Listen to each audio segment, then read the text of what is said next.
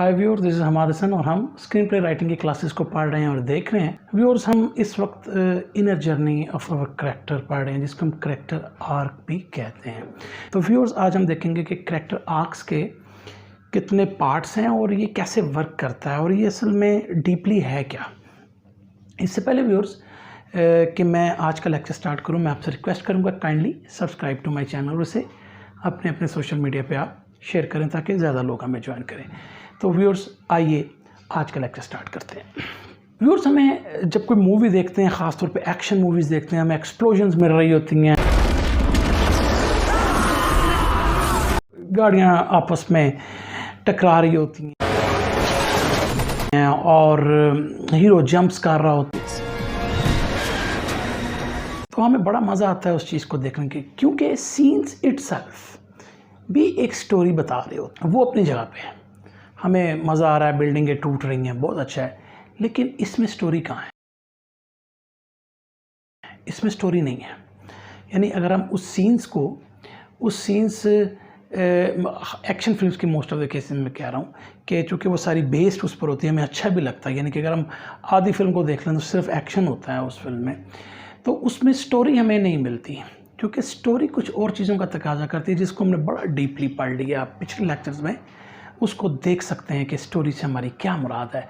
तो in most of the cases में जब हम एक्शन फिल्म की बात कर रहे हैं तो हम सिचुएशंस की बात कर रहे होते हैं। तो व्यूअर्स, हम देखना चाहते हैं असल में कि स्टोरीज हमको कोई क्यों इन्वेस्ट करना चाहते हैं। सिनेमा में जाके फिल्म देखे, वो क्यों ये देखना चाहता है कि ये प्रोटैगनिस्ट इस सिचुएशन में क्यों है।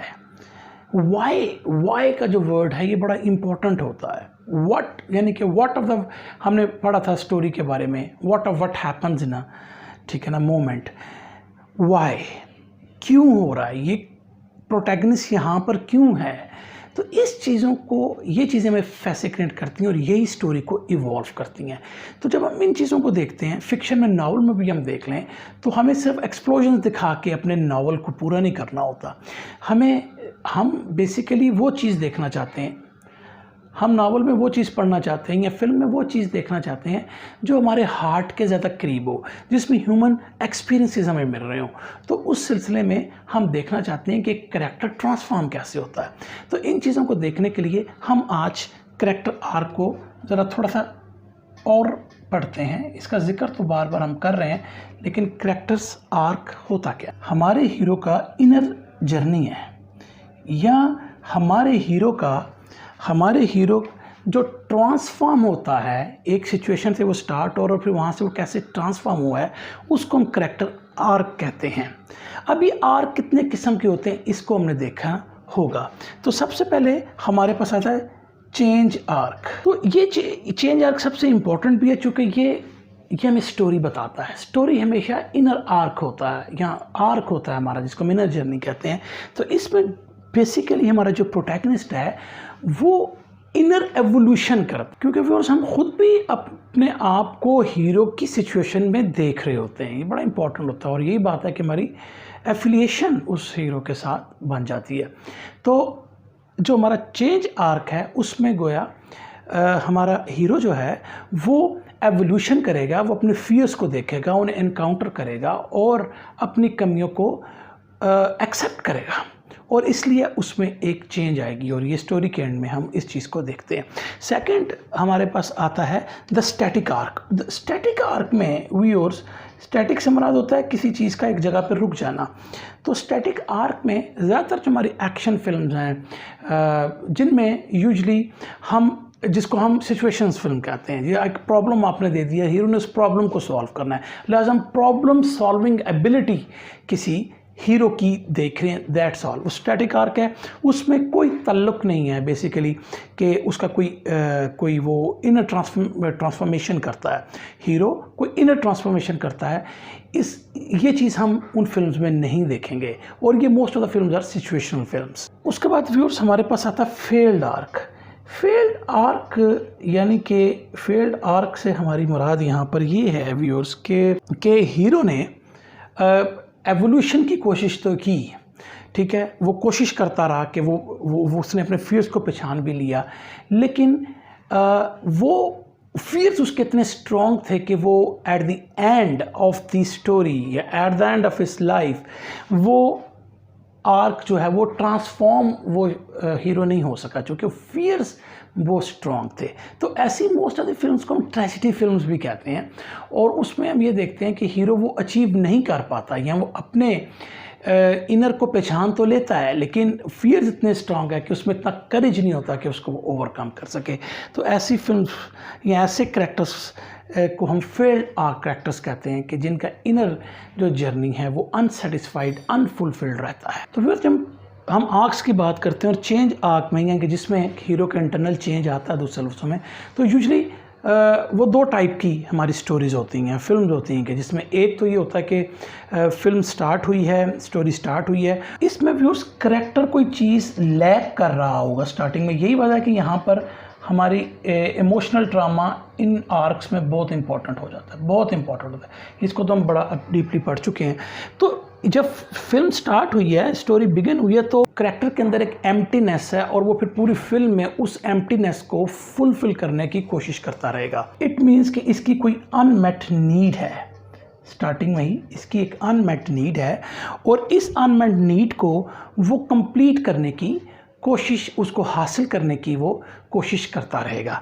तो ये चेंज आर्क होता है। एक तरीका यानी कि मैंने आपको दो तरह की स्टोरीज हो सकती हैं। एक मैंने आपको बता दिया कि वो अनमेट नीड है from the beginning of the story, कि जिसकी परस्यूट में वो आगे चलता रहेगा। हम साथ और वो अहमद के केस में देखें ना, जिसकी उसकी वाइफ छोड़ गई है, तो उसमें उसकी अनमेट नीड क्या है कि ही वांट्स लव, तो वो लव एंड बिलोंगिंग वाली नीड में आ जाएगा।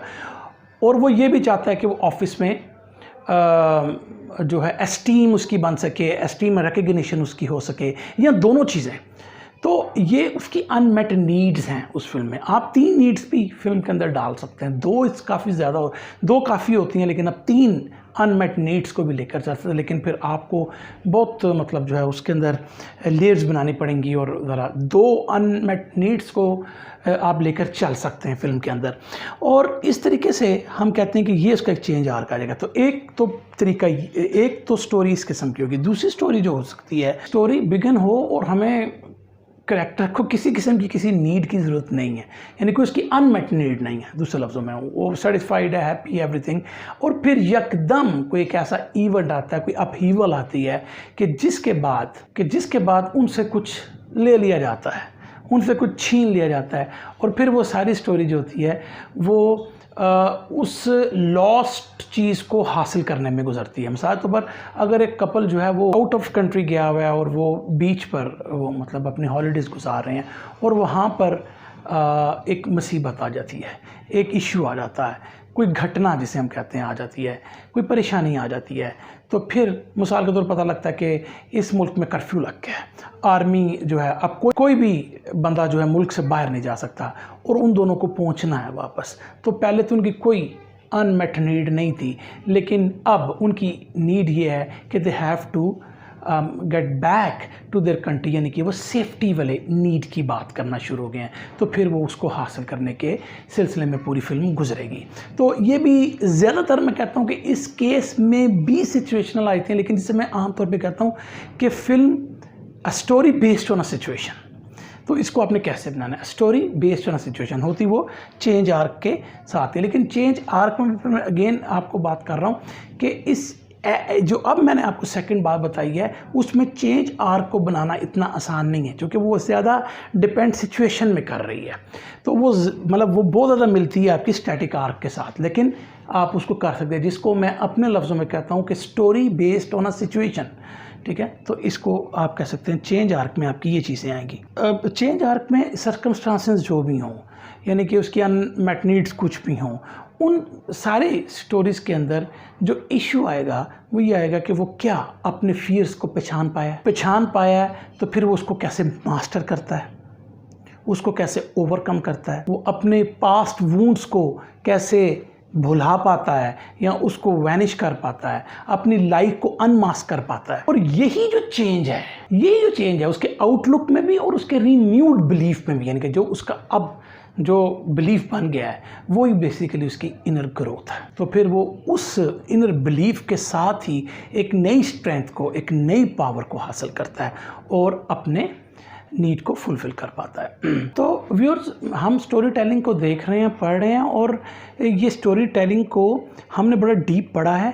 इसको, ये भी एक तरह की स्टोरी टेलिंग है जो अभी भी मैं आपको सिखा रहा हूँ। ये जो भी पढ़ रहे हैं, इनर आर्क को पढ़ना भी एक स्टोरी टेलिंग है। लिहाजा आप दूसरे एंगल से अब स्टोरी को देखना शुरू हो गए हैं।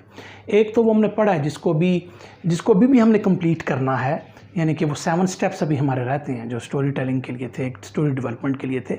हमने उसको हाफ से ज़्यादा कंप्लीट कर लिया, यानी कि मोस्ट पार्ट हमने उसका कर लिया हुआ है, हम देख चुके हैं। तो स्टोरी टेलिंग को देखने का ये एक तरीका भी है। इसको कुछ लोग शॉर्ट तरीका कहते हैं, लेकिन मैं समझता हूँ कि दोनों तरह के एंगल्स को आपको पता होना चाहिए, क्योंकि आपस में मिंगल्ड होते हैं, आपस में मिले होते हैं। तो फिर जो भी स्टोरी टेलिंग है उसमें 4 इंपॉर्टेंट पार्ट्स फिर आ जाते हैं। सबसे पहले होता है हमारा इनर मोटिवेशन। इनर मोटिवेशन क्या है? आपकी जो अनमेट नीड है या जो मिसिंग नीड है, कि जिसकी वजह से आपके अंदर एक खला है, आपके अंदर एक गैप है, आपके अंदर एक स्पेस है जिसको आप फुलफिल, ये आपकी इनर मोटिवेशन, उस अनमेट नीड। यानी अगर आप कहेंगे कि कैरेक्टर की इनर मोटिवेशन क्या, तो आपको पता होना चाहिए कि जी वो एस्टीम, रिकग्निशन हासिल करना चाहता है, ये उसकी इनर मोटिवेशन है। अक्सर आपने कई दफ़ा ये शायद आपको यूट्यूब वीडियोज़ मिल भी जाएगी इनर मोटिवेशन क्या होती है, लेकिन आपको समझ नहीं आती कि यार इनर मोटिवेशन है क्या, ठीक है ना। तो वो आपको बड़े तरीक़ों से समझाएंगे, लेकिन क्लियरली कोई नहीं बताएगा। तो हमने चूँकि वो 5 अनमेट नीड्स पढ़ ली हैं, अब आपको कोई इशू नहीं है इनर मोटिवेशन के लिए। तो कोई भी अनमेट नीड जो होगी वो उसका इनर मोटिवेशन है, यानी कि इन मोटिवेशन से यहाँ क्या मराद है, उसने उस अनमेट नीड को फुलफ़िल करना है, उसको उस नीड को हासिल करना है। ये होगी हमारी इनर मोटिवेशन। फिर हमारे पास आते हैं आउटर मोटिवेशन, यानी कि एक इनर मोटिवेशन होगी और एक आउटर मोटिवेशन होगी। मैंने आपको ये कहा था कि जब किसी की इनर मोटिवेशन होती है, वो बेसिकली आप दिखाएंगे तो किसी टेंजिबल चीज़ में ना, यानी कि वो जब किसी चीज़ को हासिल करेगा, बेसिकली वो अपनी नीड को हासिल कर रहा होगा, अपनी इनर मोटिवेशन की। तो वही उसकी बेसिकली आउटर मोटिवेशन की, जो फिजिकल चीज़ की, यानी कि उसका जो वो गोल हासिल करेगा, वो जो गोल हासिल करेगा, वो जो फिजिकल एक चीज़ हासिल करेगा, वो उसकी आउटर मोटिवेशन है, जो कि आपको रिफ्लेक्ट कर रही है आपकी इनर मोटिवेशन।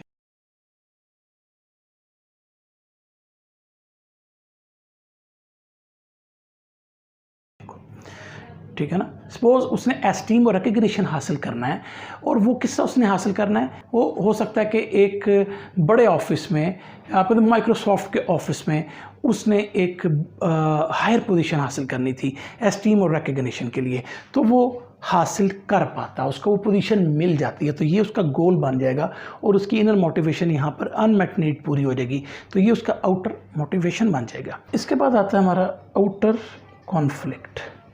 आउटर कॉन्फ्लिक्ट यानी आउटर मोटिवेशन के साथ ये मिली हुई है, यानी कि जो उसने गोल हासिल करना है उसमें उसको क्या क्या रुकावटें आ रही हैं, क्या क्या प्रॉब्लम्स आ रही हैं, कौन कौन उसको रोक रहा है, एंटागोनिस्ट रोक रहा है, कोई सिचुएशन रोक रही है, कोई शख्स रोक रहा है, कोई इवेंट रोक रहा है, तो वो आपकी आउटर कॉन्फ्लिक्ट है। इसका मतलब है कि अगर ये मेरी लाइन और ये मेरा एक कैरेक्टर हो सपोज, तो हम ये कह सकते हैं कि ये इसका एक आउटर गोल है, जिसको हम कह सकते हैं कि इसकी आउटर मोटिवेशन है, ठीक है ना।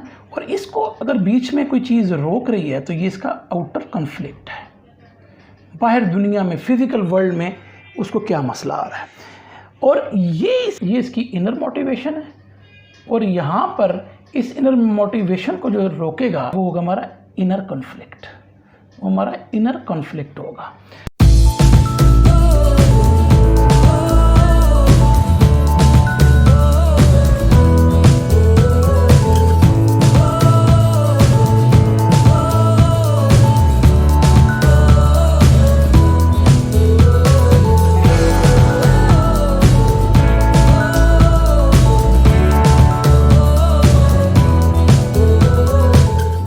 तो हम क्या देख रहे हैं कि कैरेक्टर टूवर्ड्स गोल ही जा रहा है, ठीक है, टूवर्ड्स गोल इसका आउटर मोटिवेशन है। यहाँ पर उसको कुछ रुकावटें आ रही हैं, इसी के ऊपर हम एक्ट्स को बनाएंगे, हम इसी के ऊपर एक्ट्स को बनाएंगे, इसी लाइन के ऊपर, ठीक है।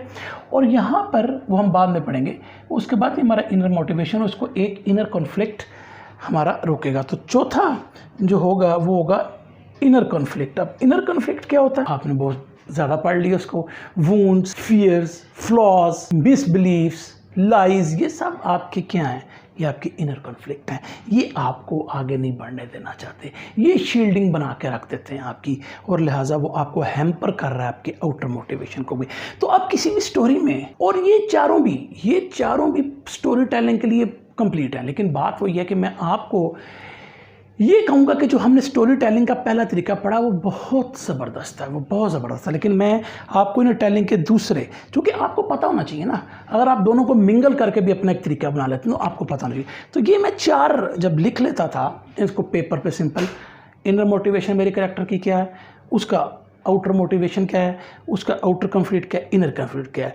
तो जब मैं उसका इनर मोटिवेशन देखता था तो मुझे एक ब्लाइंड स्पॉट चाहिए होता ना, तो वो फिर आप उस स्टोरी टेलिंग पे आपको पता है कि हमने उसको कैसे मिलाया था, तो फिर उससे आप एक इनर कॉन्फ्लिक्ट बना लेते हैं, फिर आपका वो आउटर मोटिवेशन बन जाता है, क्योंकि अब उसने अपनी अनमेट नीड को एक फिजिकल शक्ल देनी है। ठीक है ना, मेरा दिल करता है मैं अमीर हूँ, ये मेरी इनर मोटिवेशन है, लेकिन मैं बैंक लूटता हूँ तो ये क्या एक फिजिकल होगी, तो लिहाजा ये मेरी आउटर मोटिवेशन बन गई उसके पॉइंट ऑफ व्यू से। तो इस तरीके से इनर और आउटर मोटिवेशन हो गया, और आउटर कॉन्फ्लिक्ट और इनर कॉन्फ्लिक्ट। तो अब मुझे बैंक लूटने में पुलिस वाला रोक रहा है, तो वो मेरा आउटर कॉन्फ्लिक्ट हो गया। और इनर कॉन्फ्लिक्ट ये है कि मैं अपने उस फियर को क्या, उस मॉरल ब्लाइंड स्पॉट को क्या ओवरकम कर पाऊंगा, तो ये मेरा इनर कॉन्फ्लिक्ट बनता है। तो इस तरह ये 4, इसमें से आप एक भी निकाल दें तो आप की स्टोरी गिर जाती। तो डेफिनेटली सिचुएशनल फिल्म में आपको वो चीज़ें मिल जाएंगी कि जिसमें आप की ये चीज़ें मिसिंग होती हैं, लेकिन उसके अंदर एक एबिलिटी है किसी कैरेक्टर की, वो आपने देखना है। सिचुएशन सॉल्विंग या प्रॉब्लम सॉल्विंग एबिलिटी आपने किसी कैरेक्टर की देखें, उसमें क्या है कि उसमें आपके सपोज जो इनर मोटिवेशन है ना, वो आपके यानी इनर मोटिवेशन तो है, लेकिन वो किसी ख़ास नीड के साथ स्पेसिफिकली लिंक्ड नहीं है। एक तरीका इसको यूँ देखने का, यानी कि आप स्टोरी के एग्जाम यूँ बना सकते हैं। तो उसमें तो मैंने आपको कहा कि आपको इतनी प्रॉब्लम नहीं आती सिचुएशन फिल्म में, लिहाजा इनर मोटिवेशन ऐसी फिल्मों में, स्टैटिक आर्क में, तो आप कह सकते हैं कि गोया उसकी जो नीड है, इनर मोटिवेशन है, वो किसी ख़ास नीड के साथ लिंक नहीं होती, जो 5 का हमने जिक्र किया। अब प्रॉब्लम तमाम राइटर्स में कहाँ आती है, वो ये 4 पार्ट हैं कि ये आपस में ये पीसीस कैसे आपने आगे चलाने हैं। जब आप चेस खेल रहे होते हैं तो आपने पांच को कैसे कोऑर्डिनेट करके आगे चलाना है, उसी से एक अच्छे राइटर और एक अच्छे प्लेयर का दूसरे लफ्ज़ों में हम अंदाज़ा करते हो। यही डिफ़िकल्ट पार्ट होता है कि इसमें हमने जब पहले पढ़ा था तो हमने क्या कहा था कि जब कोई मॉरल ब्लाइंड स्पॉट डिज़ायर के साथ कैसे मैच करेंगे, और ये डिफ़िकल्ट पार्ट होता है। तो इस जगह पे इन चारों पॉन्स को आपस में कैसे चलाना है, कोऑर्डिनेट करना है, यही डिफ़िकल्ट है राइटर के लिए।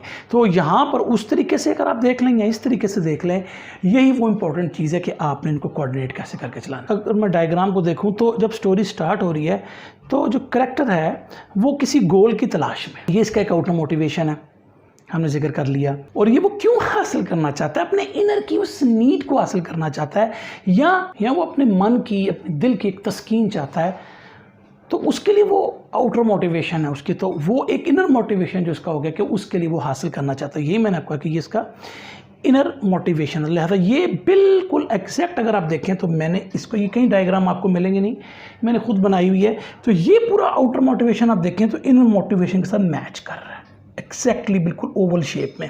तो इसका मतलब है कि आउटर मोटिवेशन आपकी इनर मोटिवेशन के लिहाज से बिल्कुल पैक्ड आएगी ऊपर नीचे। तो ये इनर मोटिवेशन है तो उसका आउटर मोटिवेशन, इस आउटर मोटिवेशन को हासिल करने के लिए इतना आसान तो नहीं है ज़िंदगी में। अगर आप कोई चीज़, आप एक राइटर बनना चाहते हैं, या सपोज यहाँ पर ही आप देख लें, आप अपना स्क्रिप्ट बेचना चाहते हैं, तो आप समझते हैं कि आसानी से बिक जाएगा, एक फ़ोन करेंगे तो बिक जाएगा, नहीं। तो अब उसके रास्ते में कई मसाइल आपके, इधर पहले रजिस्टर्ड करवाएं, अच्छा जी वो रजिस्टर कराने जाएंगे, वो कहेंगे जी आप इतने पैसे जमा कराएं, पैसे भी जमा हो जाएंगे तो हम देखेंगे कि आप इस क्वालिटी, मिसाल दे रहा हूँ, ये हो सकता है कि नहीं। फिर उसके बाद आप रजिस्टर्ड करवा लेंगे। रजिस्टर्ड करवाने के बाद आपको हो सकता है वो कहें कि ठीक है अब आप बम्बे जाएँ, आप कहेंगे अच्छा यार अब मुझे बम्बे जाना पड़ेगा। बॉम्बे गए, बॉम्बे में आपने देखा कि आपको किसी प्रोड्यूसर से मिलने के लिए पापड़ बिल, तो आपके ये वो सारी हर्डल्स हैं जिसको हम आउटर कॉन्फ्लिक्ट कहते हैं, तो वो इस आउटर मोटिवेशन को रोकेगा। लेकिन डेफिनेटली वो जो अनमेट नीड है, इनर मोटिवेशन, वो इसको आगे लेकर चलती जाएगी। देखें ना ये हर्डल्स आ रहे हैं, लेकिन ये इनर मोटिवेशन की जो अनमेट नीड्स हैं वो इसको गोल की तरफ लेके जाती रहेंगी। तो ये एक फिगर मैंने आपको बना के दिखा दी, बड़ी इंपॉर्टेंट आपको यानी कि विजुअली देखने के लिए खुद मैंने बनाई हुई है, और आपको ताकि पता लगे कि कैसे ये चीज़ें आपस में मैप कर रही हैं। तो वो जैसे जैसे स्टोरी बढ़ती जाएगी,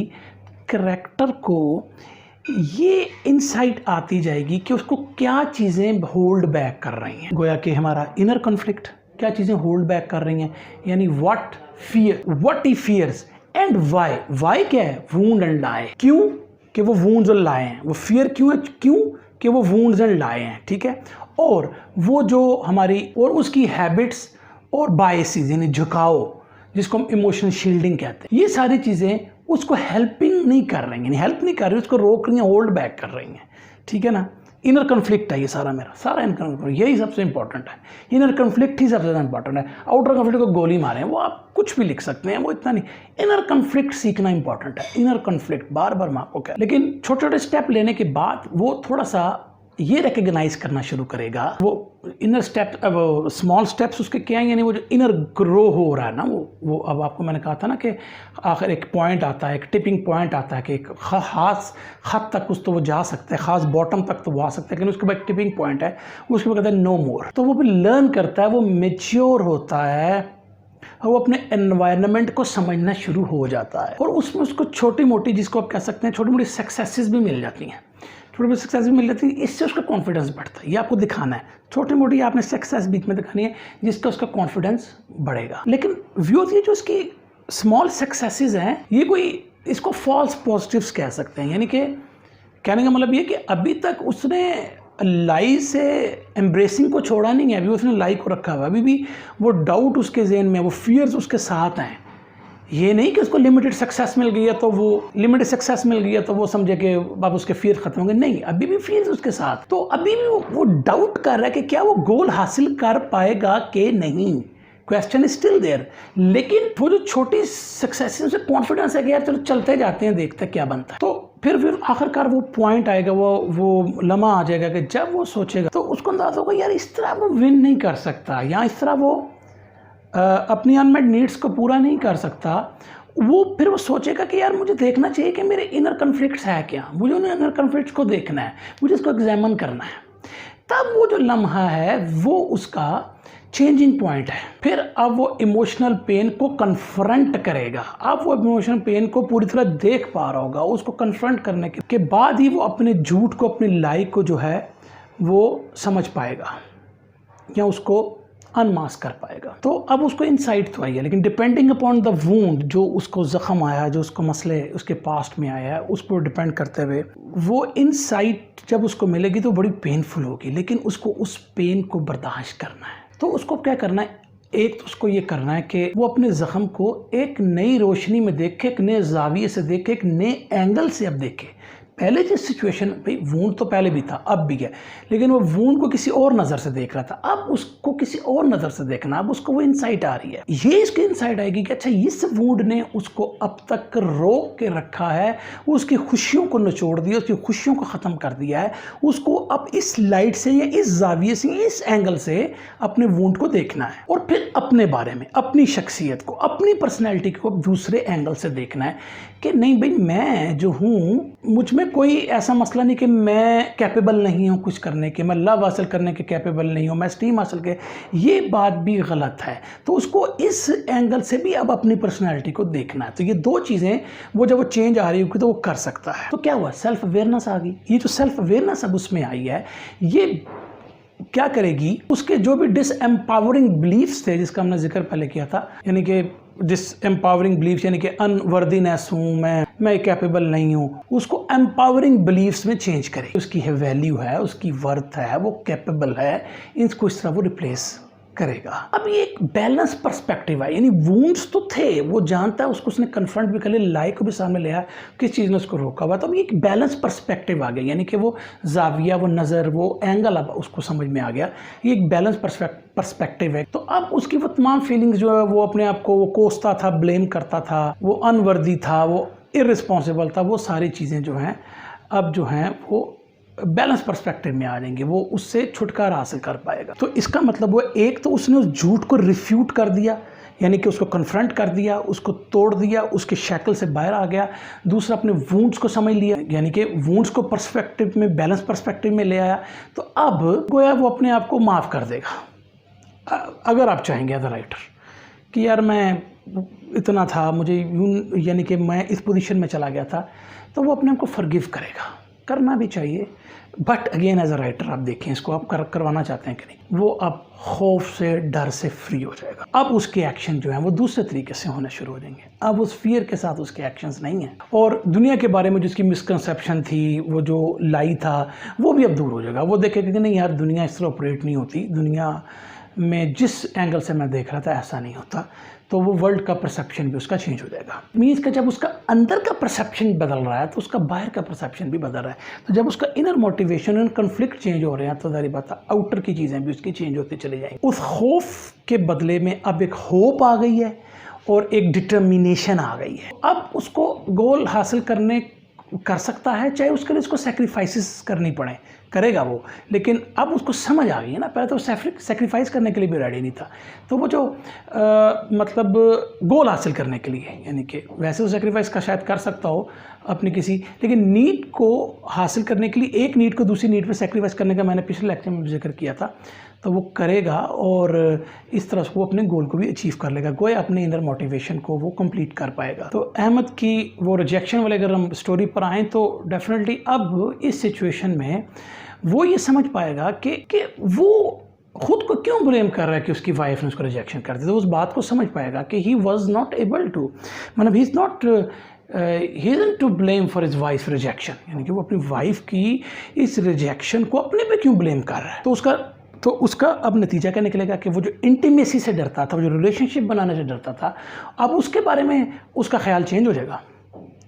वो कहेगा ये बहुत गलत बात है कि मैं एक रिलेशन में अगर कोई नाकामी आई है तो मैं तमाम रिलेशनशिप्स को उसी पेंट से पेंट करूं। अब वो ओपन करेगा अपने आप को कि वो लव की और अपॉर्चुनिटीज़ को भी हासिल करे। इसी लिहाज से जो उसके बच्चों के साथ उसकी प्रॉब्लम थी कि वो उनकी हर जिद को पूरा करना चाहता था कि वो कहीं उसको छोड़ कर ना चले जाएँ। अब उस चीज़ों को वो नहीं करेगा।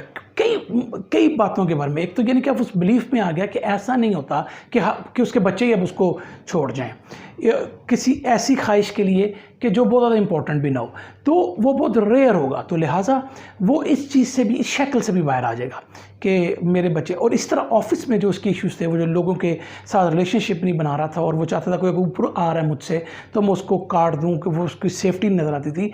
तो उन चीज़ों को भी अब वैसे देखेगा, वो अपने पावर्स पर, अपनी जो है एबिलिटीज़ पर इत्मीनान करेगा और इस तरह उसका ऑफिस में भी एक माहौल अच्छा बनता चला जाएगा। व्यूअर्स, क्या अब ये जो अपने फियर्स को किसी करैक्टर ने या अहमद की सिलसिले में स्टोरी में ले लें, अगर ओवरकम कर लिया तो क्या उसके फियर्स ख़त्म हो गए? फियर्स ख़त्म नहीं होते, फियर्स हैं, वो वुंड्स मौजूद हैं, वो वुंड्स अभी मौजूद हैं। अगर फियर नहीं भी है उस तरह, लेकिन वुंड्स तो मौजूद है ना, वो तो वाक़या हो चुका है। उस वुंड्स ने फियर दिए, चलो वो फियर तो डिमिनिश हो गया, लेकिन वो वुंड्स आर प्रेजेंट। अब वो अपने आप पे बिलीव कर रहा है, अब वो एक चेंज करैक्टर है, अपने में बिलीव कर रहा है कि वो जो उसके चैलेंजेस अहेड आ रहे हैं उनको वो कन्फ्रंट करे, उनके साथ वो मुकाबला करे, कि जो भी उसके आउटर मोटिवेशन में जो भी एंटागोनिस्ट या जो भी फोर्सेस आ रही हैं उसको वो ओवरकम करने की अब एबिलिटी रखता है। एबिलिटी नहीं भी रखता, लेकिन वो डिटर्मिनेशन जरूर रखता है कि उसको ओवरकम कर लेगा। वो अब नेगेटिव ट्रेड्स को गोया छोड़ रहा है कि जिस चीज़ों ने इसके, वो जो शील्ड थी जिसने इसको होल्ड बैक किया था, पॉजिटिव ट्रेड्स को अपनाता चला जा रहा है। हो सकता है कि इसको अभी, बल्कि एज अ राइटर आप डालेंगे ऐसी सिचुएशन कि उसको डर हो कि वही वुंड उसको दोबारा ना मिले, लेकिन वो उसके लिए तैयार है, इस दफ़ा वो उसके लिए तैयार है। तो वो वुंड उसको दोबारा मिल सकता है, उसके साथ तो फियर, उसका पेन का भी उसको एहसास है, पेन होगी भी उसको, लेकिन अब वो एक इनर तौर पे चूँकि बदल चुका है तो लिहाजा अब उसको फेस करेगा। वो पिछले वुंड्स की पेन सारी ज़िंदगी उसके साथ रहेगी, वो नहीं ख़त्म होती। लेकिन क्या है कि अब वो एम्पावरिंग बिलीफ जो उसके अंदर आ गया है वो उसको कन्फ्रंट करेगा उस चीज़ से। तो व्यूअर्स, आज के लेक्चर के लिए हम इतना ही रखते हैं। नेक्स्ट में हम कैरेक्टर कौन सी ऐसी टेक्निक्स यूज़ कर सकता है कि जिससे वो अपने वुंड को हील करे। तो व्यूअर्स, हम फिर नेक्स्ट लेक्चर में मिलते हैं। आई होप कि आपको मेरा लेक्चर पसंद आया होगा। Thank you very much.